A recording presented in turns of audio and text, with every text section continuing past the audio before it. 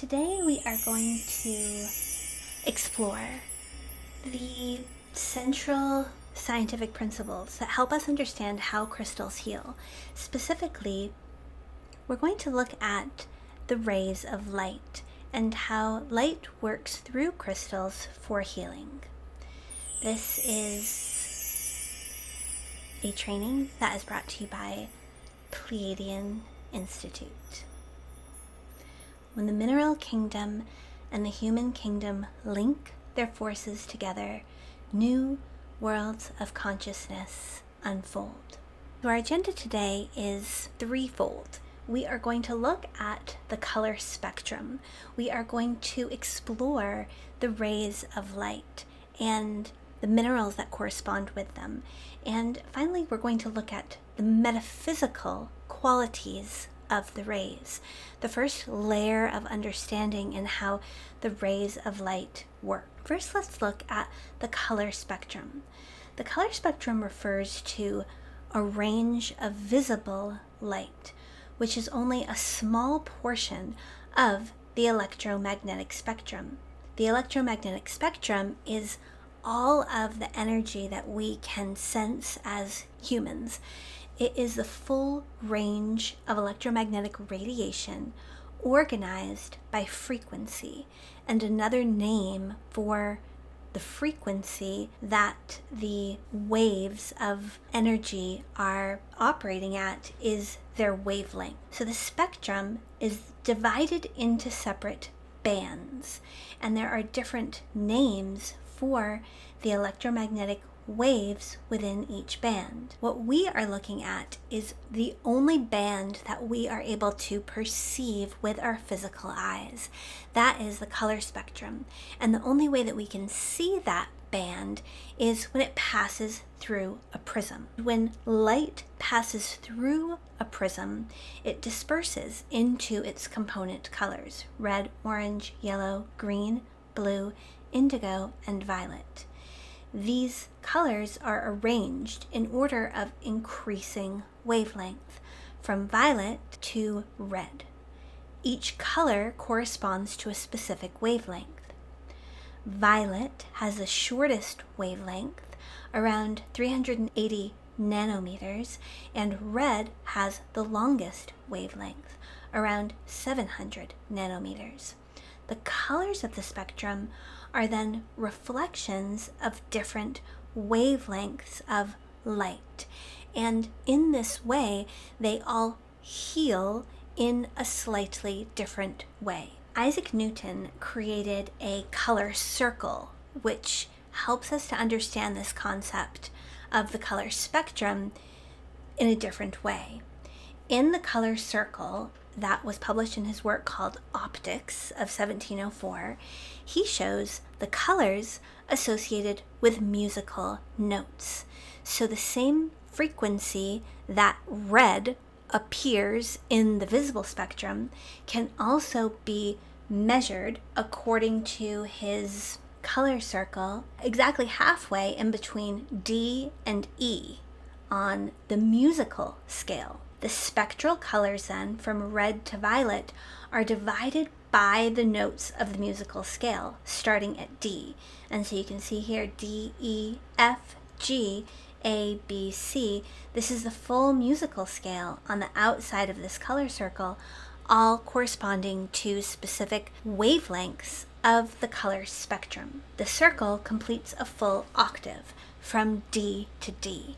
So what this teaches us is that the frequency of the musical note D is, in this case, it's going to elicit a vibrational frequency on the color spectrum that is halfway in between red and violet. This is an essential piece of information for us as we move forward working with crystals for healing.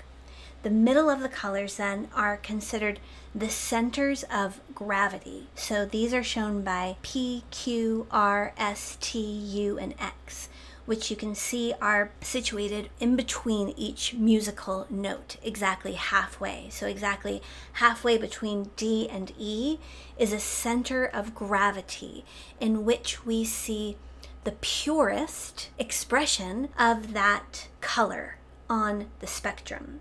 Therefore, if you were to pick a color that was a little closer to D, it would be more violet. And if you picked a color that was a little closer to E, it would be more orange. So those centers of gravity represent the purest expression of that color on the spectrum. The center of the circle at O was presumed to be white. Newton went on to describe how a non-spectral color, such as Z, and he shows you Z right here, could be described by its distance from O and the corresponding spectral color Y. You can graph every single point on this entire color spectrum by its relationship to O being white and the Y, which is where it shows up on the color spectrum. And when we are looking at healing, this becomes important because this circle is a map that shows us how to bring healing to specific parts of our bodies using color and also using specific sound frequencies. Here you see this spectrum laid out in a linear way. You can see here how A is at this far end of the spectrum, and then all the way at the other end we move through both the colors and we move through the notes on the musical scale. And as we progress through the notes on the musical scale, it encompasses all 7 colors on the color spectrum. We support healing in our bodies when we align our chakras with different wavelengths of light. It teaches us how to create a direct correlation between the chakra that needs healing and the color and or musical note that accompanies that chakra. And what we will learn in our crystal healing therapy process that we are moving through is we will learn how to treat an underactive chakra or an overactive chakra. So your chakra can either be too open, which can lead to illness and disease, but it can also be constricted. It can be too closed up, which leads to a different type of illness or disease. And whether our chakra is too open or too closed, it requires a different remedy. For example, if we are working at our base chakra, we know that our base chakra is going to be supported.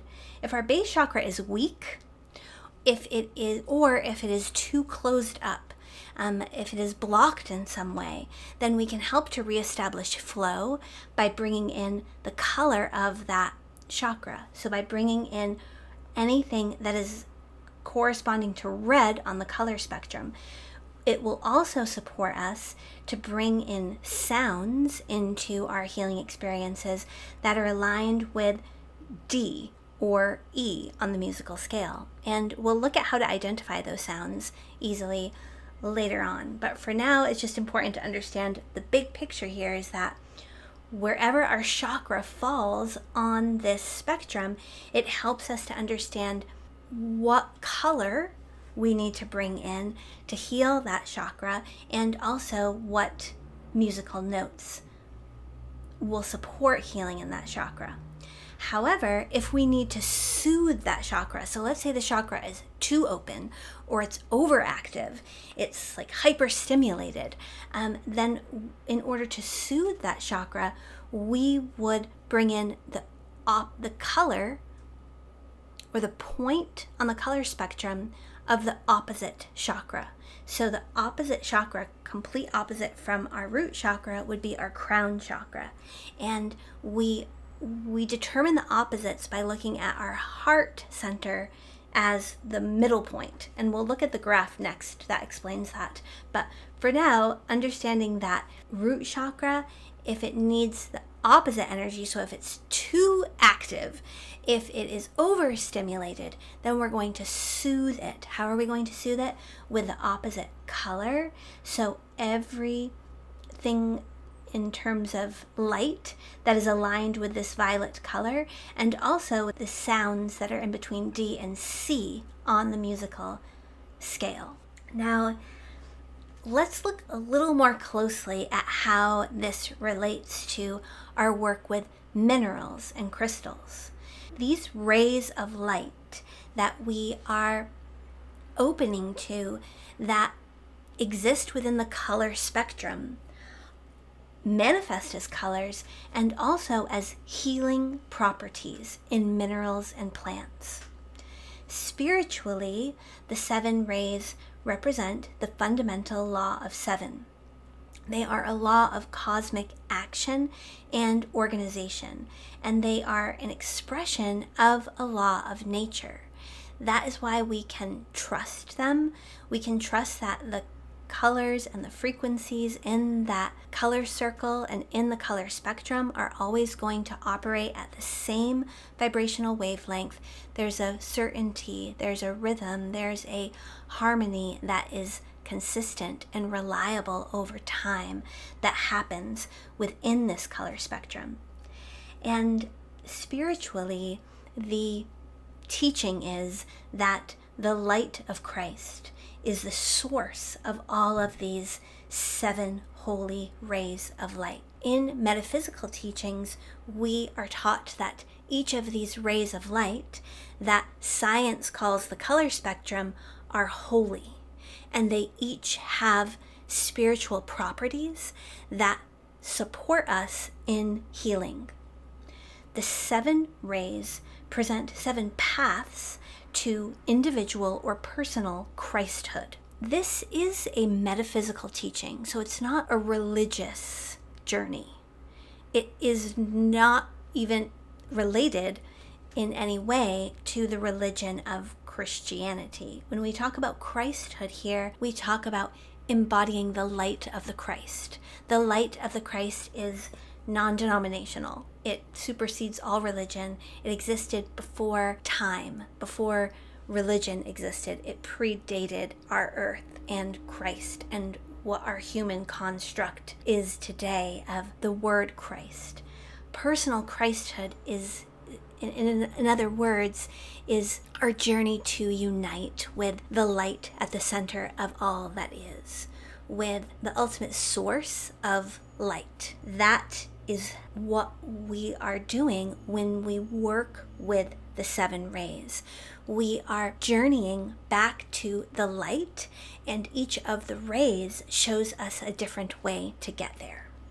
And what I find is that no matter what healing experience I'm in, no matter what is going on in my life, there is always a ray that is part of the healing process. It's part of the solution. It's part of the answer to what I am looking for, because that ray is directing my mind to a certain pathway of light that is leading me to the healing, the solution, the answer that I am seeking, always. Specifically, there are what we know is those 7 colors that are the spectrum of white light: violet, indigo, blue, green, yellow, orange, and red, also combine to create this philosophy of the 7 holy rays of light that teach us ultimately the same central principle, which is that all of the rays express themselves through the white light, which is the source of all light, and at the same time a mixture of all of the rays. Specific color is always visible within each of these different rays. We saw that on the actual color spectrum here. We also see this within our chakras. We see this within the minerals of the earth. We see these colors expressing. This supports our body in aligning with different wavelengths of light. As we introduce different crystals into our energy field, we balance our bodies by either stimulating or soothing each chakra. This gives us a healing map, and we use that as the base of understanding the metaphysical qualities of the rays. Keeping that map in your mind of your chakras and how the rays are expressing themselves, let's look at the healing properties of each of these rays. The first ray is called the first ray of divine will and power. The spiritual rays do not emanate a singular color. Instead, they are part of the spectrum. So you want to think of the rays of a kaleidoscope. The rays are emanating through a section of the spectrum. So the ruby ray is not always going to look the exact same way. It expresses itself in a spectrum within the spectrum. The ruby ray emanates through our Muladhara and our Vishuddha naturally. This is the core metaphysical teaching, is that these rays actually come through us naturally. The rays are birthed through us. They're what give us life in metaphysical teachings. And they come through us at different points of our body. And they hold a specific color. When we learn about the rays, we first learn about how they naturally express through us, and then we learn about how we can direct them for healing. We're going to talk about today the way the rays naturally come through our bodies. The first ray of divine will and power is seen as both ruby red and blue. It radiates through both your Muladhara and your Vishuddha. The ruby ray emanates the power of God. It is a frequency of power, willpower.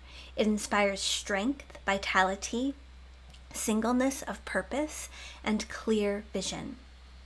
It aligns your willpower with the light and fuels you with personal power. We can then know that when we are feeling weak in our willpower, weak in our personal power, then working with a ruby ray will help to strengthen these qualities within us. It also clears low vibrational patterns that manifest as manipulation, power, and control. We can then look at the ray as a way to support us in healing. For example, someone who was feeling manipulated, or someone who is feeling like they were out of control in their lives. These are key words when we're looking at healing that we come back to again and again, and these words can connect us to the tool to use. For example, the sound frequency or the crystal. The second ray is the ray of love and wisdom.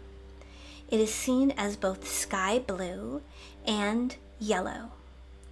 It is a light that radiates through both the Vishuddha and the Sahasrara.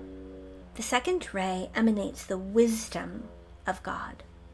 It brings the qualities of wisdom, understanding, illumination, unconditional love, compassion, detachment, and integrity.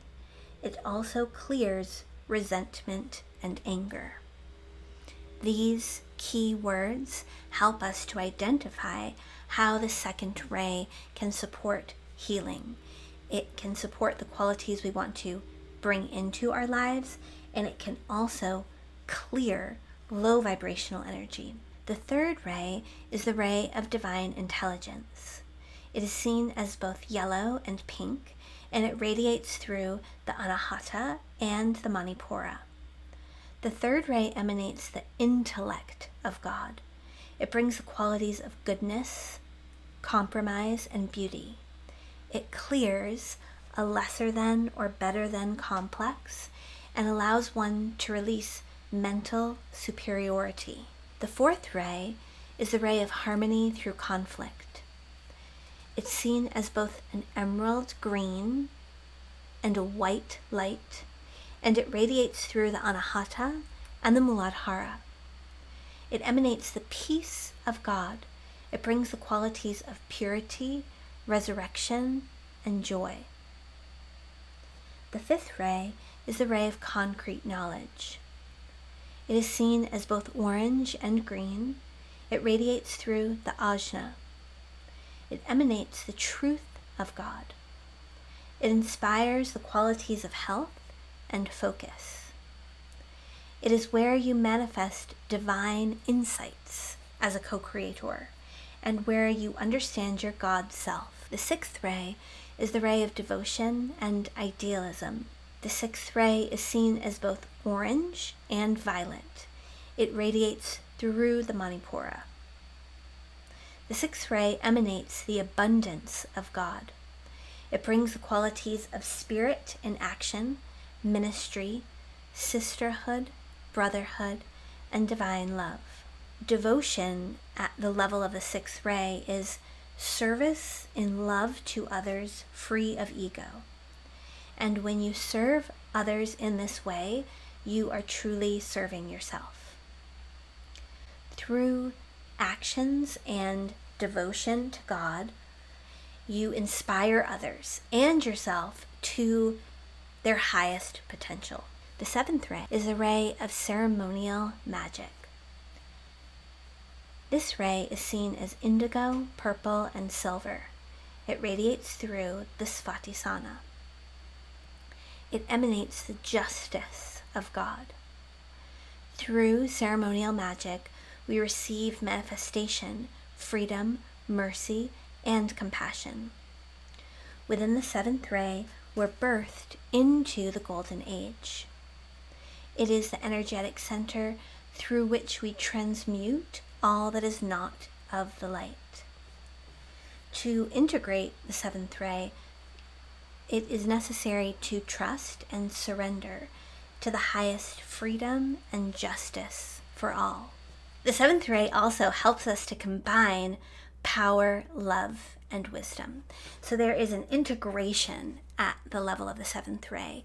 In order to embody one ray, we have to work through all of the rays. There is a relationship between all of the rays, and as we activate each of these rays within our bodies and minds, there is a synergy that happens with each of the rays, and our awareness of the light within us gets stronger.